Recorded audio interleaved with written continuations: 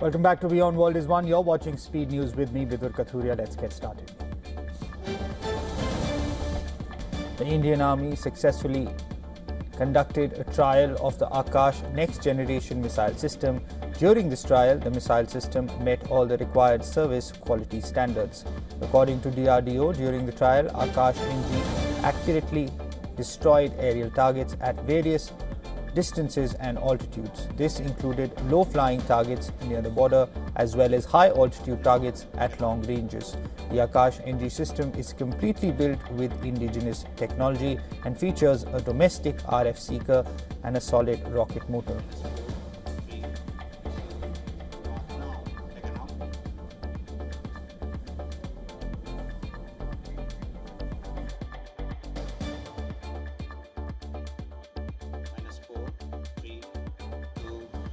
Now, taken off.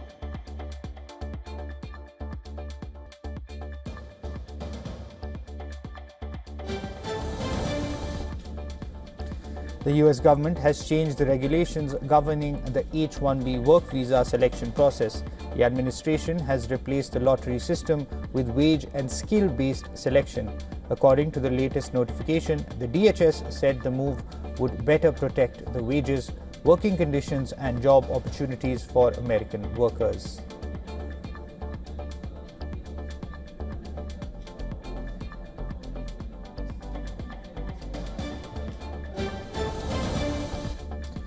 The US Department of Justice said a document making a crude reference to Trump and purportedly written by convicted sex offender Jeffrey Epstein to Larry Nassar is fake. Larry Nassar is serving a life sentence for abusing hundreds of girls. The statement from the Department of Justice came hours after releasing the document to the public.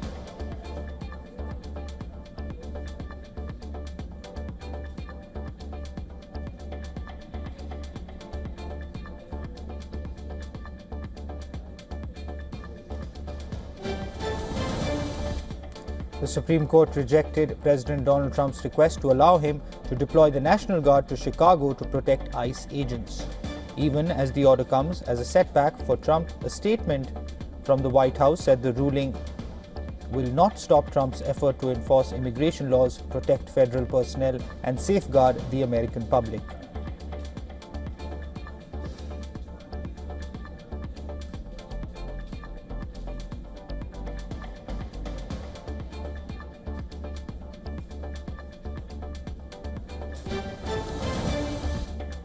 Two people have died and multiple others are injured after an explosion caused a nursing home to partially collapse in Pennsylvania. Emergency crews received reports of a gas odor around 2 p.m. local time on Tuesday.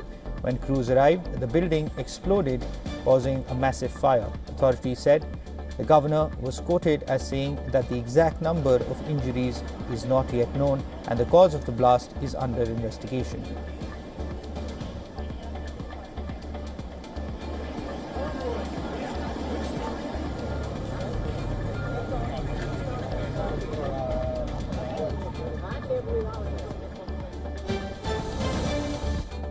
A Delaware State Police trooper and suspected shooter were killed after officials say an active shooting incident occurred at a DMV location in Wilmington on Tuesday.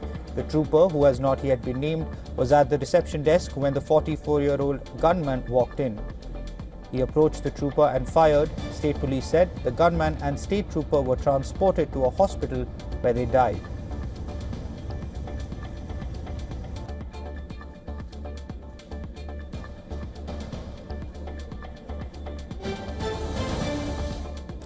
The head of Libya's armed forces and 4 other high-ranking military officials died late on Tuesday when their business jet crashed shortly after taking off from Ankara. Al-Haddad was the top military commander in western Libya and played a crucial role in the ongoing efforts to unify Libya's military, which has split, much like Libya's institutions.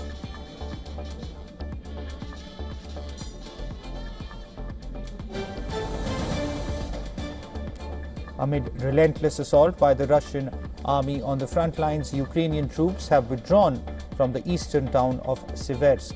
Siversk is a town in the heavily embattled Donetsk region and was among the few last strongholds held by Ukraine. Russia had announced the capture of Seversk almost 2 weeks ago. In a statement, Ukraine's general staff said it had withdrawn its troops to preserve their lives, adding that they had inflicted heavy losses on the enemy.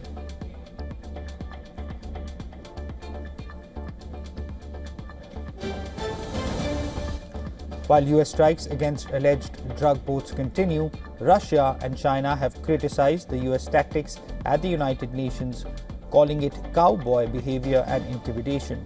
Venezuela had requested an emergency meeting of the UN Security Council with the backing of Moscow and Beijing. Russia's ambassador to the United Nations said that acts by the US run counter to all key norms of international law and warned that US could target all unfriendly Latin American states in the future. The Chinese representative said that US actions and rhetoric have led to continued tensions in the region and urged Washington to avoid further escalation.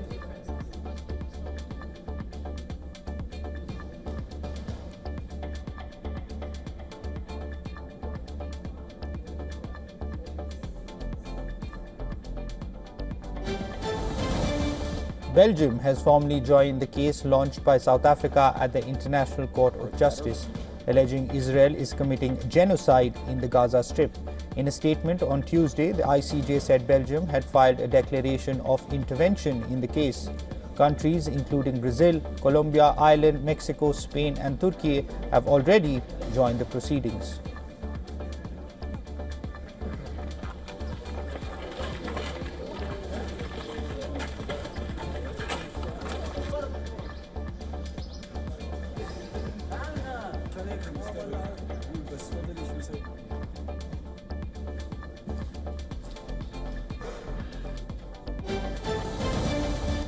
In Australia, the New South Wales Parliament has approved stringent laws to crack down on guns and has given authorities the power to ban protests for up to 3 months. This comes days after Australia witnessed its deadliest mass shooting in decades. 15 people were killed after gunmen opened fire at Sydney's Bondi Beach on December 14th. The new rules cap firearm ownership at 4 guns per person with a limit of 10 for primary producers like farmers. It also shortens license renewals to every 2 years and a ban on high-capacity belt-fed magazines. Beyond gun control, the legislation also gives sweeping power to the police commissioner to ban public protests for up to 3 months following a terror incident.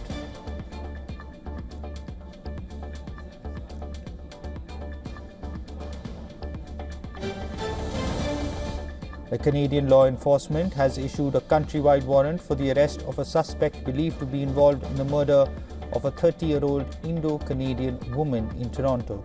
The warrant has been issued for 32-year-old Abdul Ghafoori, who is wanted on the charge of first-degree murder. That charge can attract a life sentence without parole if the prosecution can prove premeditation and intent. The police consider the case to be an instance of intimate partner violence.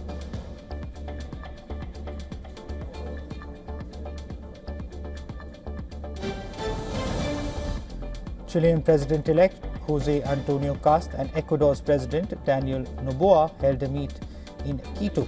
Among the issues that likely dominated the talks include migration, security and trade. Cast has campaigned on promises to deport mostly Venezuelan irregular migrants, tackle crime and secure the northern border.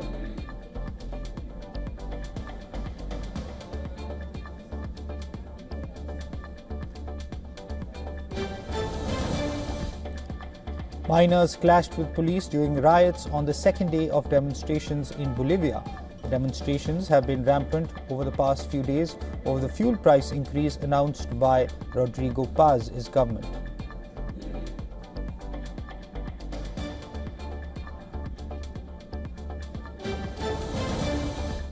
French lawmakers passed last-minute legislation to keep the government in business into January after the divided legislature failed to agree on a full budget for the coming year.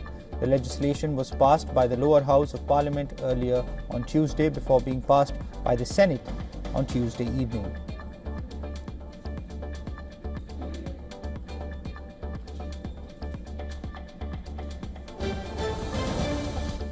In South Africa's Cape Town, a candlelit concert was performed that captivated audiences seeking festive cheer. The quartet delivered a mix of classical pieces and modern holiday favorites, drawing warm applause from the crowd.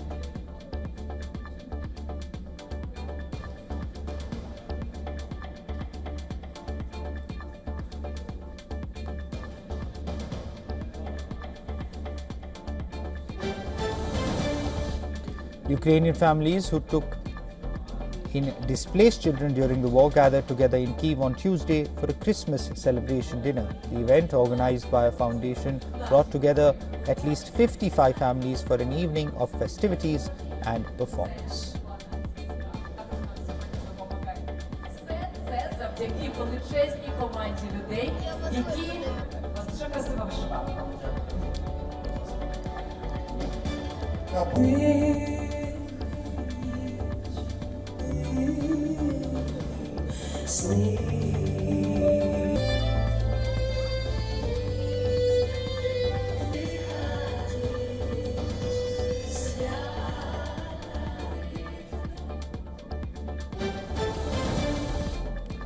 ServiceNow, a cloud-based AI platform, has agreed to buy cybersecurity startup Armis for $7.75 billion in cash as the company looks to attract new customers amid growing risks of cyber attacks. The company aims to integrate Armis's security features such as device scanning, threat detection, and vulnerability prioritization to its AI-powered platform. This is a crucial advantage amid increasingly sophisticated cyber attacks that have hit companies ranging from Microsoft to United Health Group.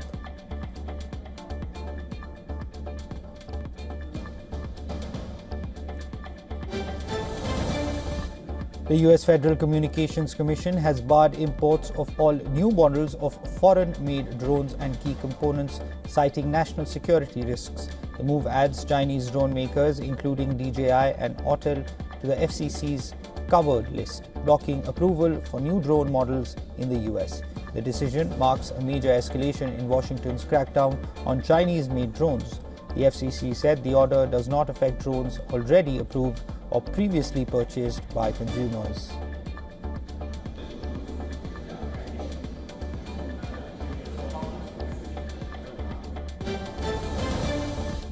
Amazon's self-driving unit Zoox is recalling 332 vehicles in the United States due to a software error in its automated driving systems that could create dangerous road situations. The U.S. National Highway Traffic Safety Administration, or NHTSA, announced on Tuesday that the software issue may cause the affected vehicles to cross or stop in front of oncoming traffic, significantly increasing the risk of crashes. The recall affects Zoox autonomous vehicles currently operating on U.S. roads. The NHTSA did not provide details about any accidents or injuries related to this software error.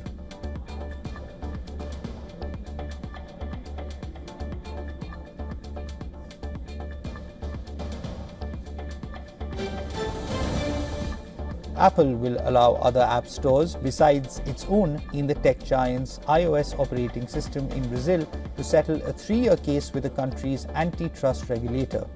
Apart from the app stores, the agreement also orders Apple to allow for third-party payment processing methods for in-app purchases besides its own, or links to external websites for transactions.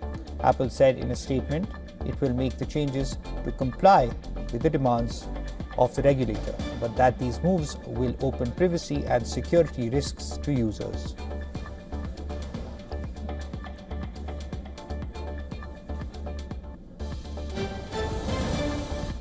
A federal judge in Texas has blocked Texas from enforcing a new state law aimed at protecting children by requiring app stores and developers to verify the age of users.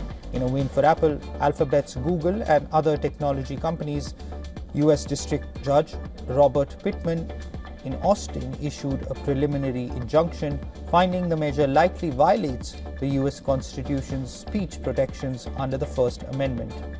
The law, which was set to take effect in January, would require parental consent to download apps or make in-app purchases for users aged below 18.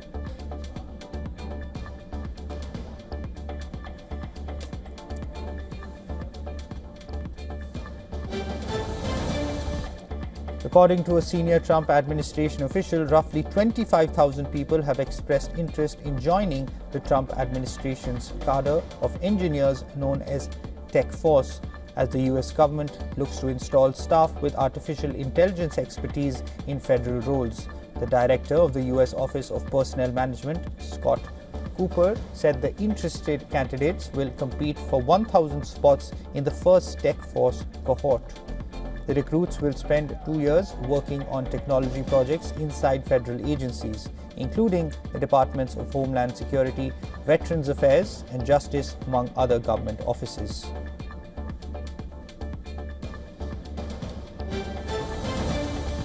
Asian shares edged higher on Wednesday, rounding off a powerful year fueled by artificial intelligence optimism. Regional markets followed Wall Street's lead after the S&P 500 closed at a record, finally delivering a Santa Claus rally. Stronger than expected US third quarter growth lifted risk appetite even as bond markets softened. MSCI's Asia Pacific Index outside Japan rose 0.3%, with Japan's Nikkei gaining 0.4% and posting a 26% annual rise. South Korea led the region, surging 72% this year. Futures in Europe and the US were little changed amid thin holiday trading.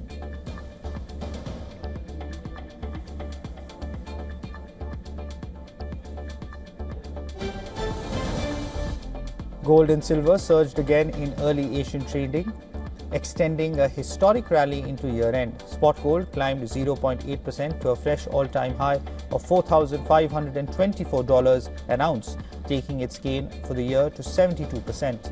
Silver outperformed, jumping more than 1% to a record $72.7 an ounce and heading for an annual rise of nearly 150%, its strongest performance on record.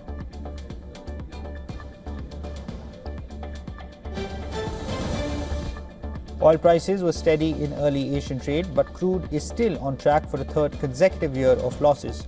Crude hovered near $62.41 a barrel even after modest gains this week, driven by strong US economic growth and rising geopolitical risks. Robust US third quarter GDP growth supported sentiment, while concerns over supply disruptions from Venezuela and ongoing attacks on energy infrastructure linked to Russia and Ukraine added support. However, ample inventories and weak year-long demand trends kept gains in check, leaving oil sharply lower for the year despite the late bounce.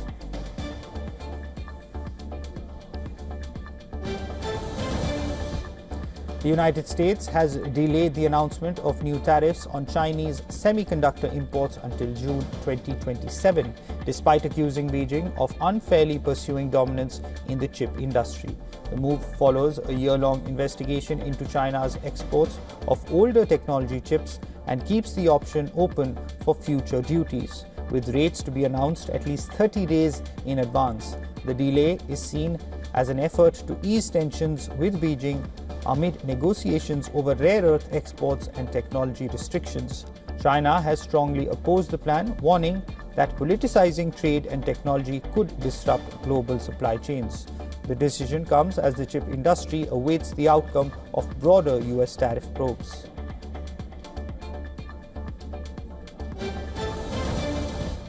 Sports now. Arsenal defeated Crystal Palace in a penalty shootout to reach the semi-finals of the EFL Cup in a game packed with late drama. Arsenal went 1-0 up in the 80th minute from an own goal by Maxence Lacroix, but Palace equalized in injury time. The penalty shootout finished 8-7.